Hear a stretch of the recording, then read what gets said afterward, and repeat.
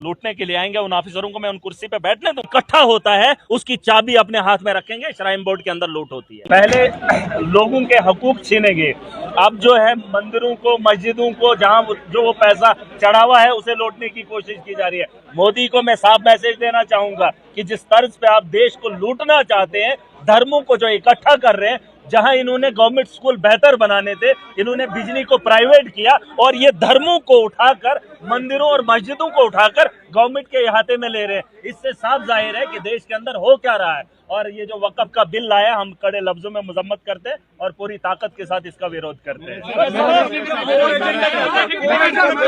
देखिए, core agenda यही है कि देश के हालात बद से बदतर है। भाजपा का शासन अपनी तानाशाही कर रहा है और जहां जहां इनको दिखता है ये लड़ाई पे उतरते हैं, अपनी तानाशाही दिखाते हैं और इस तानाशाही का जवाब पूरी ताकत से देंगे। ये इस भ्रम में ना रहे, इस भ्रम में ना रहे कि यहाँ बड़े बड़े लोग आए, सिकंदर नहीं रहे, वो नहीं रहे, अब इनका भी खाता नहीं है। वक्त इनका भी आने वाला है, इनका काल इनके सर के ऊपर है। बता दो इनको कि लोगों के साथ छेड़खानी ना करो, जज्बात के साथ मत खेलो, धर्म के ठेकेदार मत बनो। इस देश को बढ़ाने के लिए स्कूलों को बेहतर बनाओ, हॉस्टल को बेहतर बनाओ, करप्शन पे रोक लगाओ। तो माफिया देश के अंदर चला रहे हो और उसी तर्ज पे जम्मू कश्मीर के अंदर अगर काम करोगे तो पूरी ताकत से रोके जाओगे। यहाँ हम लूटने नहीं देंगे, ना हमने पहले देश को लूटने दिया, ना पहले हमने देश को बिकने दिया और आज तुम्हारा है। लेकिन ये अंग्रेजों के तब भी दलाल थे, ये वही लोग थे जिन्होंने अंग्रेजों के साथ मिलकर इस देश को गुलाम बनाया था।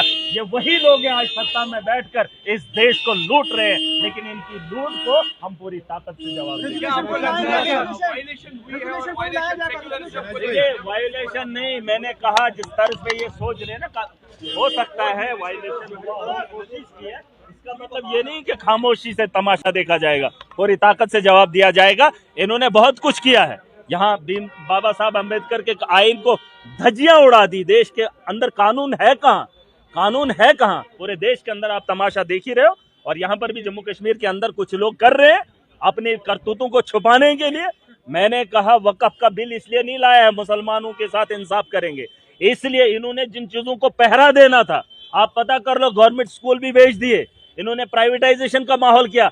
अब इनको धर्म के मामलात को गवर्नमेंट क्या करेगी, क्योंकि वहां पर जो पैसा इकट्ठा होता है उसकी चाबी अपने हाथ में रखेंगे, श्राइन बोर्ड के अंदर लूट होती है। क्या ये आप पता कर लो, श्राइन बोर्ड के अंदर जो पैसा आता है उसकी लूट होती है, सब जानते हैं। क्या सुप्रीम कोर्ट का दरवाजा खटखटाएंगे? देखिए, सुप्रीम फिलहाल तो लोगों का मैंडेट है, इससे बढ़कर ताकत आपको क्या चाहिए? जम्मू कश्मीर के अंदर चुनाव हुए हैं, देश के अंदर चुनी हुई सरकार है, अगर वो इतनी ताकत रखते हैं तो हम भी चुने हुए उसी वोट से जिससे मोदी बना है, जिससे भाजपा बनी है, उसी वोट की ताकत से हम लोग भी चुनकर आए। और ये मत समझें ये कमजोर हैं, हम वो लोग नहीं हैं जो डर के पीछे हट जाएं, हम वो लोग हैं जो इन्हें रोकना जानते हैं। और पूरी ताकत से इसी मीटिंग में तो यही बात हुई है, वक्फ पे बात हुई है। वक्त जिस तर्ज पे देश के अंदर हालात है, उन हालात का कहीं ना कहीं हमारी भी जिम्मेदारी बनती है। जम्मू कश्मीर में एक बहुत बड़ा बहुमत है, एक बहुत बड़ी सरकार है, मुस्लिम मेजॉरिटी है। वक्फ तो यहाँ पर भी है और कहीं न कहीं इस पर चर्चा करना बहुत जरूरी था। बिल असेंबली में पास देखिए, ट्रांसफर्स की कुछ हैं, ये चीजें भी हैं, इस पे भी बात हुई है, लेकिन मैंने कहा उसका जवाब देंगे और पूरी ताकत से देंगे। मेहराज जी, जम्मू कश्मीर असेंबली में ये बात करें, वही तो हम कह रहे हैं, जब चुनी हुई सरकार है लोगों का, मैंने आप मुझे बताइए ट्रांसफर किसके लिए कर रहे हैं? लोगों के लिए कर रहे हैं? वक्फ अमेंडमेंट नहीं, ट्रांसफर किसके लिए कर रहे हैं? लोगों के लिए नहीं। रेजोल्यूशन पास होगा किसका? बिल के खिलाफ? बिल्कुल बिल्कुल रेजोल्यूशन पास होगा और आप देखेंगे जम्मू के अंदर जो असेंबली का सेशन होगा उसमें वक्त को बढ़ाया भी जाएगा और डिस्कशन और लंबी जाएगी। एक सेकंड मेहराज साहब, एक सेकंड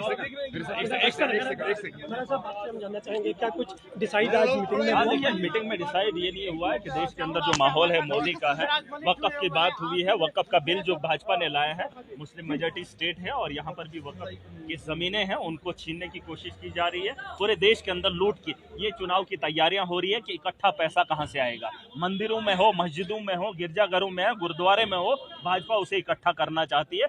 उनने अपने अपने लोगों को तो बांट ही दी है जमीनें, अब जो खजाना है उस खजाने को भी खाली करेंगे। हमारे पास श्राइन बोर्ड है, उसका पैसा कहां गया कोई पता नहीं, बस इनको कब्जा होना चाहिए। क्या धर्म के लोग इन चीजों पे निगरानी नहीं कर? अच्छा था, मुल्क के अंदर अच्छा माहौल था, आप स्कूल बनाओ, आप रोजगार लाओ, आप करप्शन को खत्म करो। ये ऐसे ऐसे बिल लाएंगे, कुछ लोगों के जज्बात के साथ खेलेंगे, कुछ उनको खुश करेंगे। देखिए, दूसरे धर्म के लोग या दूसरे लोग अगर इस बिल को लाने में खुशी महसूस करते हैं, आप अपने घरों में देखिए आपको रोजगार मिल रहा है कि नहीं मिल रहा है। ये लोग आपको डाइवर्ट कर रहे हैं और आप इस पे राजनीति इनको जो है अयाशी का अड्डा बनाने दो। 48 ऑफिसर्स की जो है हाँ ट्रांसफर देखिए किया गया है, उसकी उस भी पर बात हुई, लेकिन इसका मतलब ये नहीं है कि इस चर्चा जो थी वक्फ पे थी। जम्मू कश्मीर के अंदर भी मुस्लिम मेजॉरिटी स्टेट है, अगर आप देखेंगे यहाँ पर वक्फ की जमीन है, उस पे फिलहाल चर्चा हुई थी। और जम्मू के अंदर जो असेंबली का सेशन होगा उसमें ट्रांसफर्स पे कुछ नहीं हुआ, जिस तरह के ट्रांसफर एलजी की तरफ पूरी से ताकत ऑर्डर्स के साथ जवाब देंगे, उसके लिए जवाब देंगे।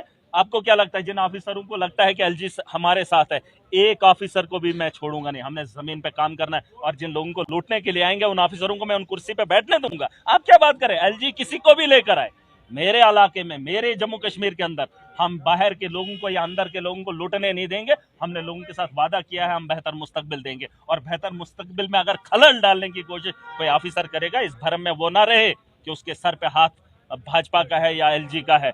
जमीन पर जिन लोगों के आप सर पर बैठोगे, कहीं उनके पांव तले भी कुचल नहीं जाओगे। काम करने के लिए आपको रखा है, किसी की अय्याशी के अड्डे को पाल